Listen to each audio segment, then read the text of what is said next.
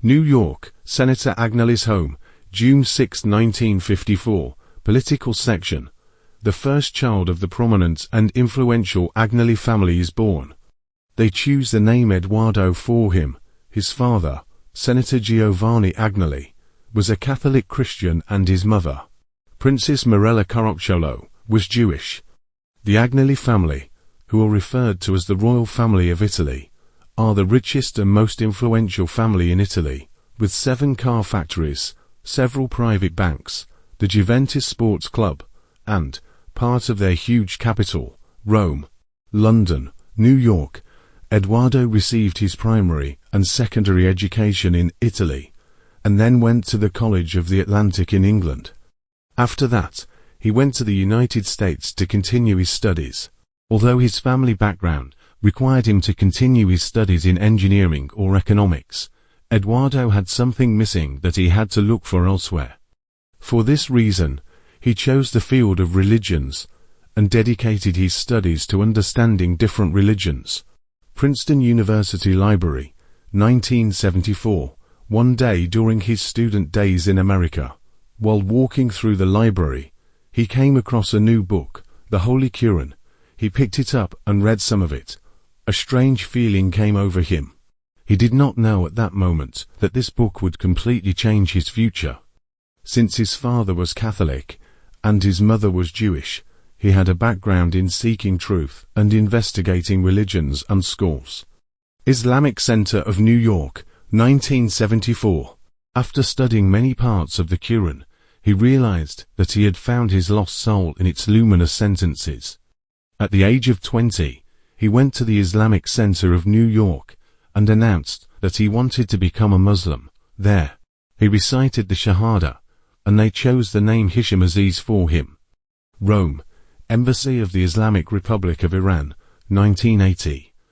Eduardo was flipping through Italian television channels when a program caught his eye. A debate between representatives from Iran, Iraq, America, and Italy, in which Mohammed Hassan Ghadir, the press officer of the Iranian embassy in Italy, began his speech with the name of God, stronger than American ships. He watched the debate carefully and with interest until the end. He was very happy to have heard a powerful God on Italian television. A few days later, he went to the Iranian embassy in Rome, aghast of his housekeeper. Since it was Sunday and a holiday, he found the embassy door closed. But he insisted so much that Ghadir eventually went to welcome him personally. And from there he became more familiar with Iran and the Islamic Revolution. Tehran, Yemen, Imam Khomeini's Raw House, the 26th of April 1988. Eduardo Agnelli. Eduardo, who has become deeply interested in the Islamic Revolution of Iran, finds the opportunity on his first trip to meet Imam Khomeini, along with Fakhreddin Hejazi. It is during this meeting that the Imam, may God have mercy on him, kisses Eduardo on the forehead in the presence of Ayatollah Khomeini, had said Ahmad Agha, and Ayatollah Hashemi Rafsanjani. Tehran University lawn, first row of Friday prayers, the 28th of April 1988. After meeting with the Imam, Eduardo goes to Friday prayers in Tehran, this time to pray in the front row under the leadership of Ayatollah Khomeini. Footage of that prayer, which was later extracted from the archives with great effort, helped prove that Eduardo was a Muslim and a Shiite. Turin, the great villa of the Agnellis, 1980s. At the beginning of Eduardo's conversion to Islam, his family thought that this action was the result of youthful enthusiasm, and that after a while he would return to his previous state. But as time passed, Eduardo became more insistent on his faith and belief and spared no effort to promote Islam and the Islamic Revolution. Even inviting his family to Islam, he accepted Imam Khomeini as his authority and defended Salman Rushdie's death sentence. With his great efforts, a documentary film about Islam was produced and broadcast on Italy's first channel, and all these measures caused the family's strictness and pressure on him to increase day by day, and gradually the luxurious villa of the Agnellis turned into a terrible prison for him, where he was not even allowed to move around normally or leave without permission. Rome.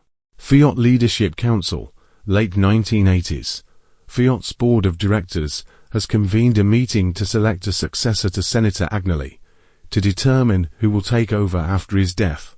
At that meeting, the majority of members considered Eduardo unsuitable for the position due to his religious beliefs. But in any case, he was the main and legal heir, and to remove him from this enormous fortune, excuses had to be made to justify public opinion. Kenya, Malindi Coast, October 1990. Eduardo is arrested for carrying 300 grams of heroin in this coastal city on the African continent. News quickly spreads in the Italian and foreign media that Giovanni, Agnelli's eldest son, has been arrested for drug trafficking. This is enough to make the case for his removal more favorable, although the news is denied shortly after. Switzerland, hospital, early 1990s. Eduardo's conversion to Islam and the possibility of his fake addiction were a convenient excuse for the family to claim that he needed treatment. So they admitted him to a hospital on the Swiss border, where all the doctors and nurses were Jewish. He felt unsafe there and told a close friend, "The Zionists will kill me, and they won't let this wealth go to a Muslim." Rome, Fiat Leadership Council, 1997.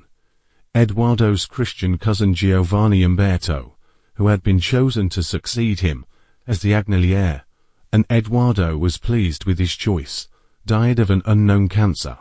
The Fiat board of directors convened and immediately appointed Eduardo's Jewish nephew, Giovanni Loppo Elkan, as his successor. This greatly upset Eduardo, who expressed his opposition and refused to allow his Jewish nephew to bear the Agnelli surname. This was the best indication of Eduardo's anticipation of the Zionist plan to seize his family's assets. Turin, Savona Motorway, Ponte Romano, November 15, 2000. Eduardo left home to do his daily chores. Before going out, he ordered his favorite dish from the family chef, which was made from halal meat. But an hour later, his lifeless body was found on the riverbank under the Romano Grand Bridge, while his car was also left on the bridge.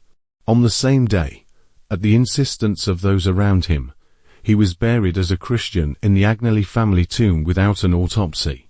On the same day, the Italian media, including his father's large circulation newspapers, announced that Eduardo had committed suicide because he had been addicted and isolated for a long time.